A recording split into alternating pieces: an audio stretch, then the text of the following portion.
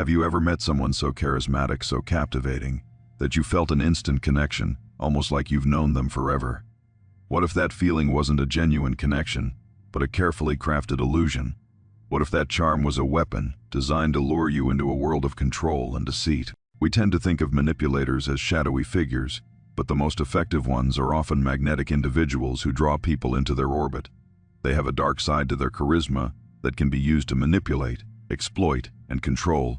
To show you how this works, we're going to follow the playbook of a fictional master manipulator, a composite character we'll call Julian. He represents how classic tactics can be used to build a powerful cult, and by understanding his methods, you can learn to spot these psychological games before they begin. Our story begins not with an obvious monster, but with a man named Julian. To the outside world, he's brilliant, empathetic, and inspiring. He can walk into a room and make every single person feel like they're the center of the universe. He has an answer for everything, a vision for a better world, and a scary good ability to connect with people's deepest fears and desires. This is a hallmark of many charismatic leaders, from CEOs to cult leaders like Charles Manson or Keith Raniere. They are masters at reading people and sensing their vulnerabilities. But Julian doesn't just have a magnetic personality. He possesses what psychologists call the dark triad of traits: narcissism, Machiavellianism, and psychopathy. This toxic combination creates an individual who is self-obsessed, strategically manipulative, and lacks the empathy or remorse that keeps most of us in check. He sees other people not as human beings, but as pawns to be used and discarded at will. Julian is a high-functioning example, a skilled liar, charming on the surface, but with a cold, calculating mind underneath. His goal is simple: to gain power, admiration, and absolute control. And he knows exactly how to get it. Julian's first move, and maybe his most effective, is a technique called love bombing.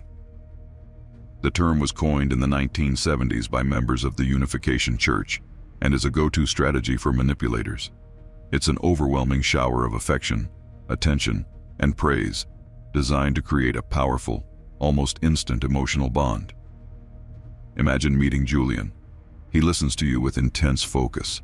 He tells you you're brilliant, that he sees a potential in you that no one else does.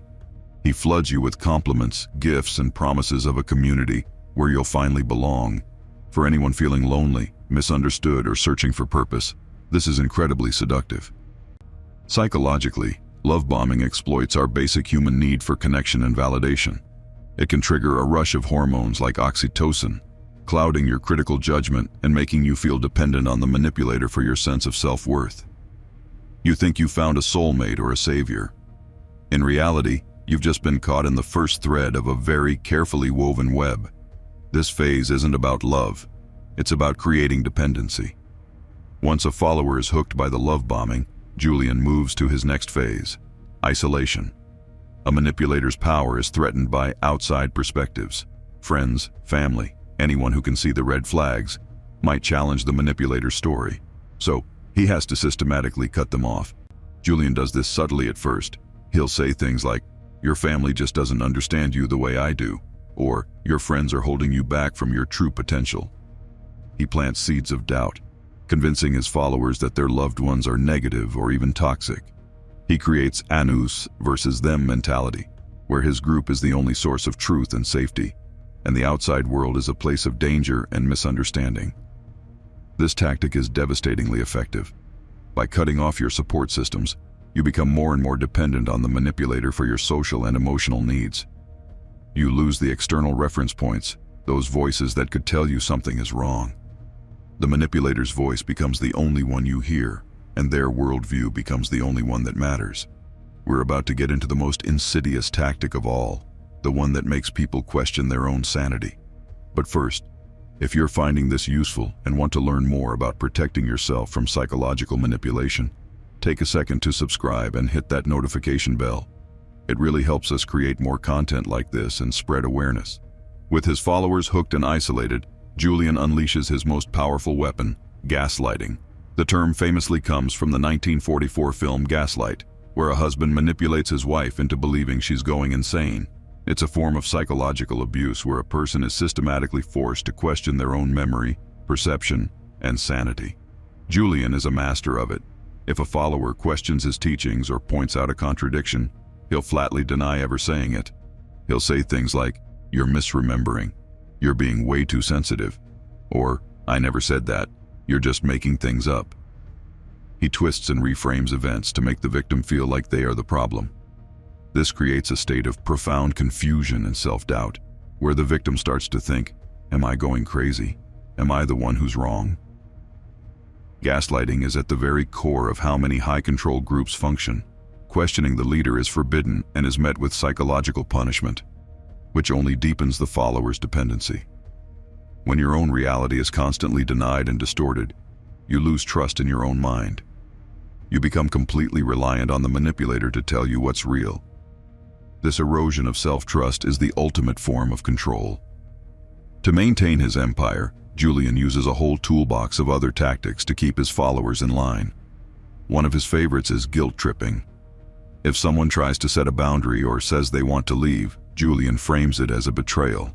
He'll say, "After everything I've done for you, this is how you repay me?" This preys on a person's sense of loyalty and obligation, making them feel selfish for even thinking about their own needs. He's also an expert at projection and blame shifting. Julian projects his own flaws and deceit onto others. If he's caught in a lie, he'll accuse the person who caught him of being dishonest and trying to undermine the group. He almost never takes responsibility for his actions because that would damage his credibility. This keeps him in a position of power and makes the victim feel responsible for all the problems. Finally, there's fear. Manipulators often use intimidation, sometimes with overt threats, but often with subtle passive-aggressive remarks and the silent treatment to maintain control. Julian punishes dissent by withdrawing the very affection he once showered on his followers. This hot and cold behavior creates a trauma bond where the victim becomes addicted to the cycle of praise and punishment, constantly scrambling to win back the manipulator's approval. So, how does a charismatic person like our Julian build an empire of deceit? He does it by hacking the core of human psychology.